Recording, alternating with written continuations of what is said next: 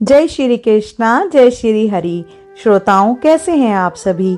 भगवान श्री कृष्ण की कृपा आप पर और आपके पूरे परिवार पर सदा सर्वदा बना रहे। आप हमेशा खुश रहें, आप हमेशा स्वस्थ रहें। इसी मनोकामना के साथ आज का दिन हम शुरू करते हैं। आपका दिन शुभ और मंगलमय हो। श्रोताओं, आज की इस वीडियो में हम आपको सुनाएंगे श्रीमद् भागवत गीता के 8वें अध्याय का महात्म्य। भगवान शिव कहते हैं, हे देवी, अब 8वें अध्याय का महात्म्य सुनो। उसके सुनने से तुम्हें बड़ी प्रसन्नता होगी। लक्ष्मी जी के पूछने पर भगवान विष्णु ने उन्हें इस प्रकार 8वें अध्याय का महात्म्य बतलाया था। श्री भगवान बोले, दक्षिण में आमदकपुर नामक एक प्रसिद्ध नगर है। वहाँ भाव शर्मा नामक एक ब्राह्मण रहता था, जिसने वेश्या को पत्नी बनाकर रखा था। वह मांस खाता था, मदिरा पीता, श्रेष्ठ पुरुषों का धन चुराता, पराई स्त्री से व्यभिचार करता और शिकार खेलने में दिलचस्पी रखता था। वह बड़े भयानक स्वभाव का था और मन में बड़े बड़े हौसले रखता था। एक दिन मदिरा पीने वालों का समाज जुटा था। उसमें भाव शर्मा ने भर पेट ताड़ी पी, खूब गले तक उसे चढ़ाया। अतः जीर्ण से अत्यंत पीड़ित होकर वह पापात्मा कालवंश मर गया और बहुत बड़ा ताड़ का वृक्ष हुआ। उसकी घनी और ठंडी छाया का आश्रय लेकर ब्रह्म राक्षस भाव को प्राप्त हुए। कोई पति पत्नी वहां रहा करते थे। उनके पूर्व जन्म की घटना इस प्रकार है। एक कुशीबल नामक ब्राह्मण था, जो वेद वेदांग के तत्वों का ज्ञाता, संपूर्ण शास्त्रों के अर्थ का विशेषज्ञ और सदाचारी था। उसकी स्त्री का नाम कुमति था। वह बड़े खोटे विचार की थी। वह ब्राह्मण विचार होने पर भी अत्यंत लोभवश अपनी स्त्री के साथ प्रतिदिन भैंस, काल पुरुष और घोड़े आदि दानों को ग्रहण किया करता था, परंतु दूसरे ब्राह्मणों को दान में मिली हुई कौड़ी भी नहीं देता था। वे ही दोनों पति पत्नी कालवश मृत्यु को प्राप्त होकर ब्रह्म राक्षस हुए। वे भूख और प्यास से पीड़ित हो इस पृथ्वी पर घूमते हुए उसी ताड़ वृक्ष के पास आए और उसके मूल भाग में विश्राम करने लगे। पत्नी ने पति से पूछा, नाथ, हम लोगों का यह महान दुख कैसे दूर होगा? ब्रह्म राक्षस योनि से किस प्रकार हम दोनों की मुक्ति होगी? ब्राह्मण ने कहा, ब्रह्म विद्या के उपदेश, अध्यात्म तत्व के विचार और कर्म विधि के ज्ञान बिना किस प्रकार संकट से छुटकारा मिल सकता है? पत्नी ने पूछा कि तद ब्रह्म किम ध्यातम किम कर्म पुरुषोत्तम। वह ब्रह्मा क्या है, अध्यात्म क्या है और कर्म कौन सा है? उसकी पत्नी इतना कहते ही जो आश्चर्य की घटना घटी हुई उसको सुनो। उपयुक्त वाक्य गीता के 8वें अध्याय का आधा श्लोक था। उसके श्रवण से वह वृक्ष उस समय ताड़ के रूप को त्याग कर भाव शर्मा नामक ब्राह्मण हो गया।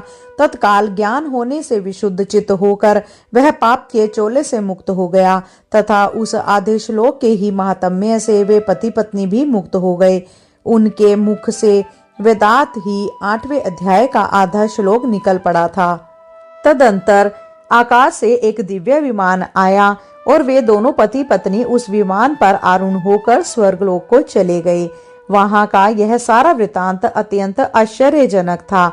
उसके बाद उस बुद्धिमान ब्राह्मण भाव शर्मा ने आदक पूर्वक उस आधे श्लोक को लिखा और भगवान जनार्दन की आराधना करने की इच्छा से वह मुक्तिदायिनी काशीपुरी को चला गया। वहां उस उदार बुद्धि वाले ब्राह्मण ने भारी तपस्या आरंभ की। उसी समय क्षीर सागर की कन्या भगवती लक्ष्मी ने हाथ जोड़कर देवताओं के भी देवता जगतपति जनार्दन से पूछा, हे नाथ, आप सहसा नींद त्याग कर खड़े क्यों हो गए?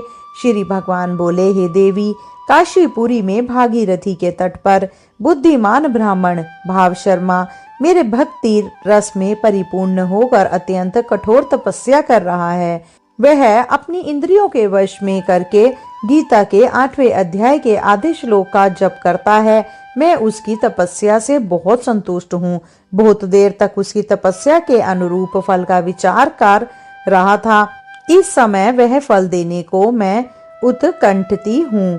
पार्वती जी ने पूछा, भगवान श्री हरि सदा प्रसन्न होने पर भी जिनके लिए चिंतित हो उठते थे उस भगवद भक्त भाव शर्मा ने कौन सा फल प्राप्त किया?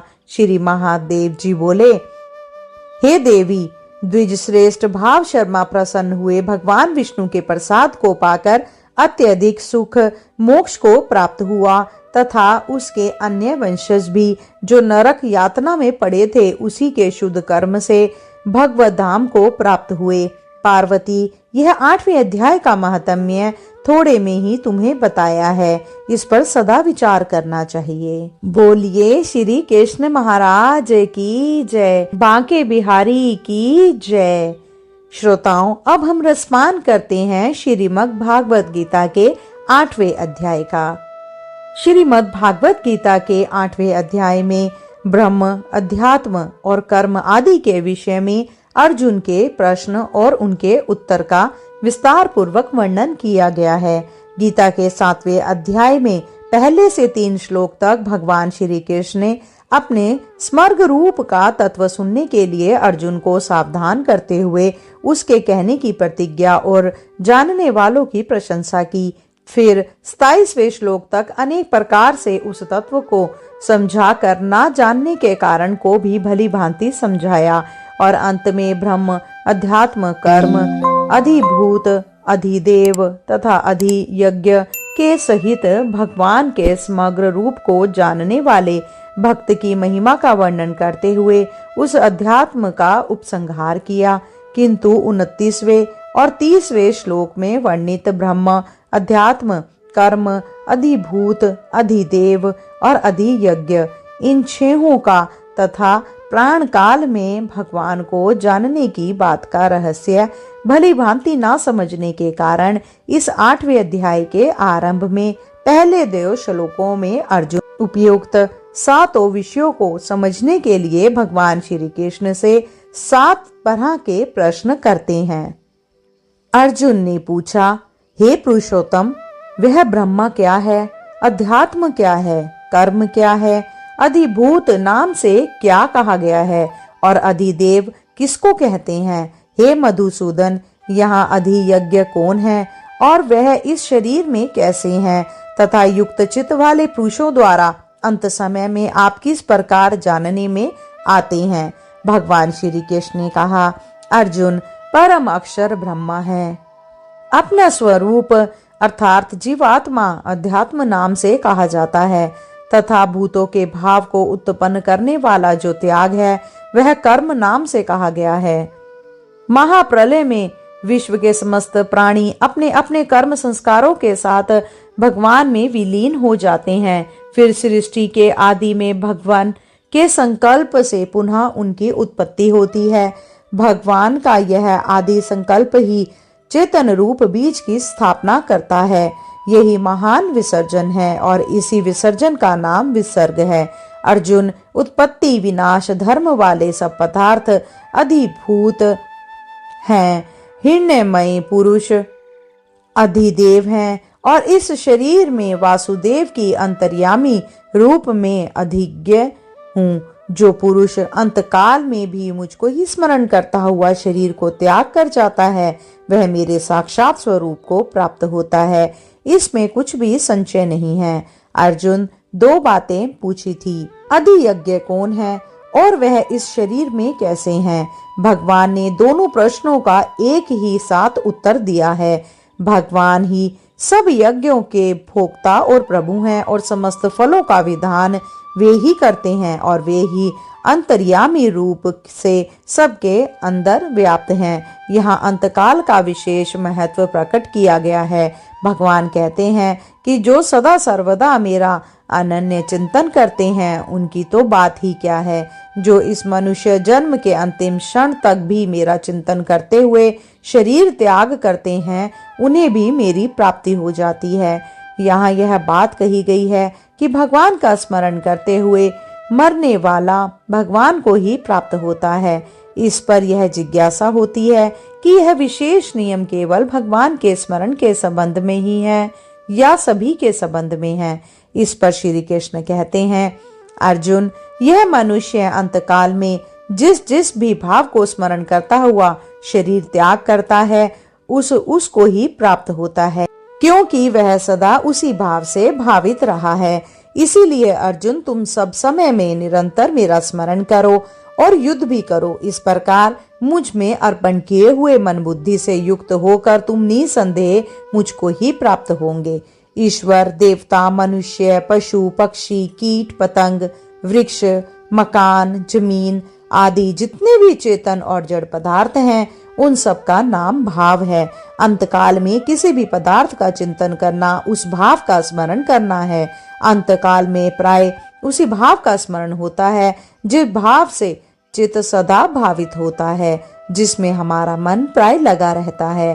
पूर्व संस्कार, संग, वातावरण, आसक्ति, कामना, भय और अध्ययन आदि के प्रभाव से मनुष्य जिस भाव का बार बार चिंतन करता है, वह उसी से भावित हो जाता है और मरने के बाद सूक्ष्म रूप से अंतकरण में अंकित हुए उस भाव से भावित होता होता वह समय पर उस भाव को पूर्णतः प्राप्त हो जाता है।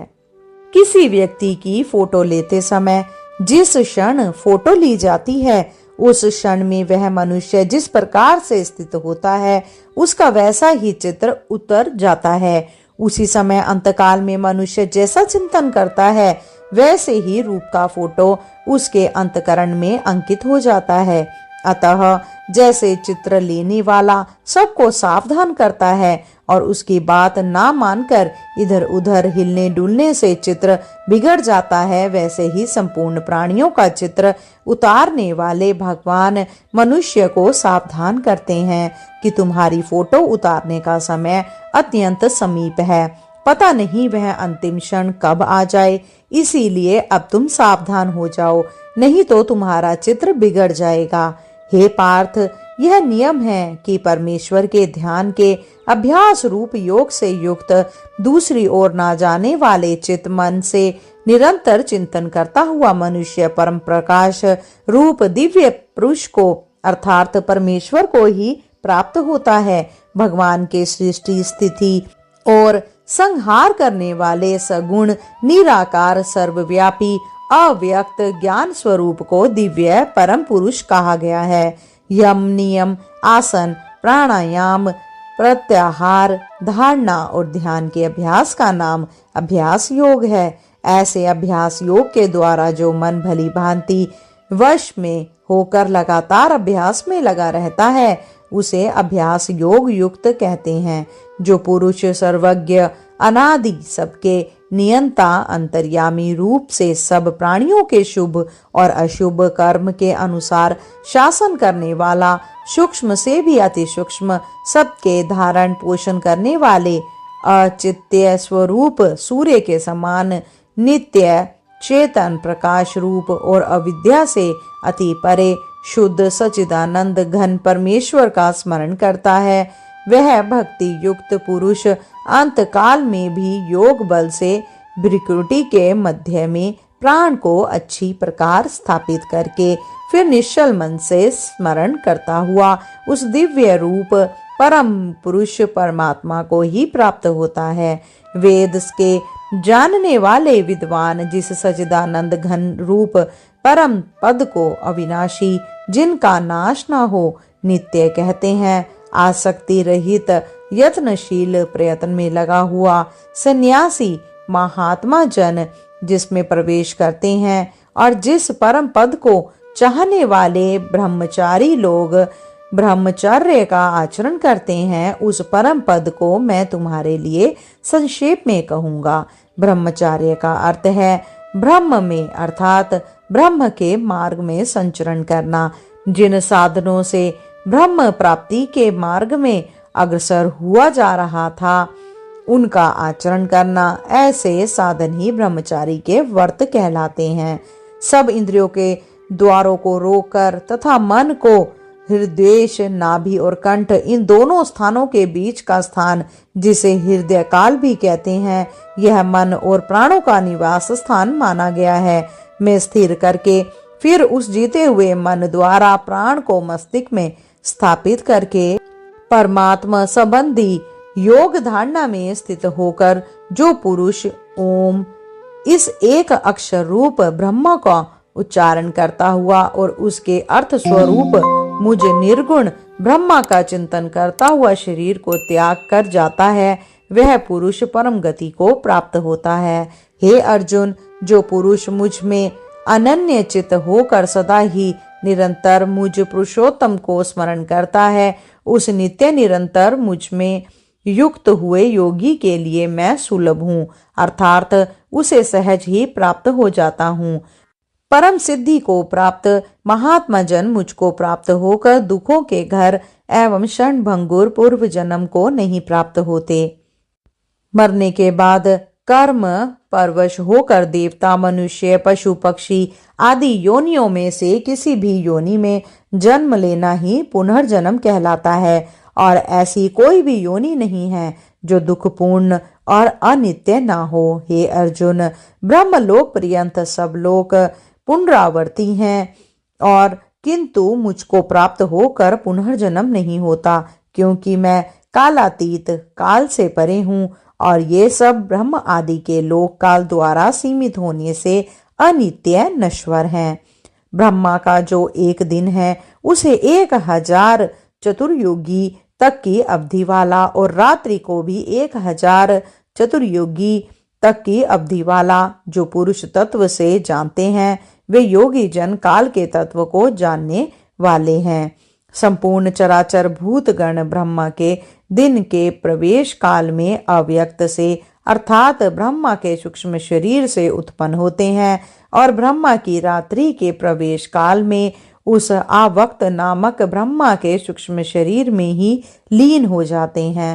हे पार्थ, वही यह भूत समुदाय उत्पन्न होकर प्रकृति वश में हुआ रात्रि के प्रवेश काल में लीन होता है, और दिन के प्रवेश काल में फिर उत्पन्न होता है।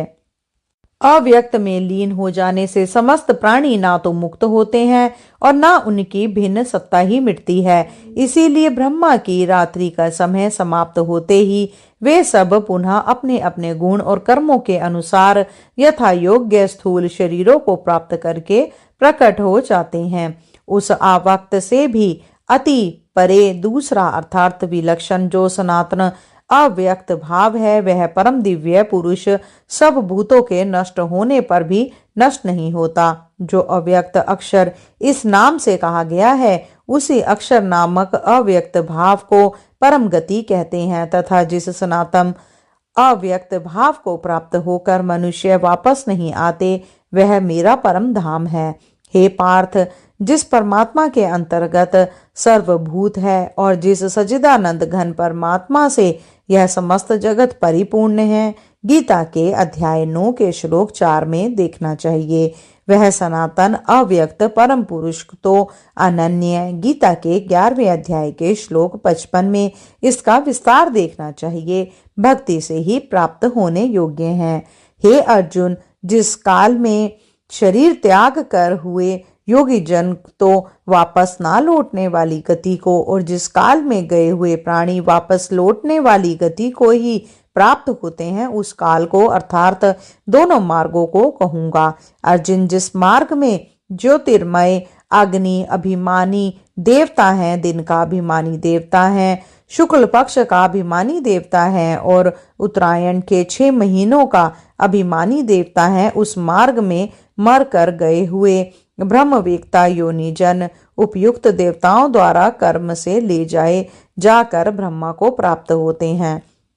जिस मार्ग में धूमाभिमानी देवता है, रात्रि अभिमानी देवता है और कृष्ण पक्ष का अभिमानी देवता है और दक्षिणायन के 6 महीनों का अभिमानी देवता है, उस मार्ग में मरकर गया हुआ सकाम कर्म करने वाला योगी उपयुक्त देवताओं द्वारा कर्म से ले गया हुआ चंद्रमा की ज्योत को प्राप्त होकर स्वर्ग में अपने शुभ कर्मों का फल भोगकर वापस आता है, क्योंकि जगत के ये 2 प्रकार के शुक्ल और कृष्ण अर्थात देवयान और पितृयान मार्ग सनातन माने गए हैं। इनमें एक द्वारा गया हुआ फिर वापस आता है, अर्थात जन्म मृत्यु को प्राप्त होता है। हे पार्थ, इस प्रकार इन दोनों मार्गों को तत्व से जानकर कोई भी योगी मोहित नहीं होता। इस कारण हे अर्जुन, तुम सब काल में समबुद्धि रूप से योग से युक्त रहो, अर्थात निरंतर मेरी प्राप्ति के लिए साधन करने वाले बनो।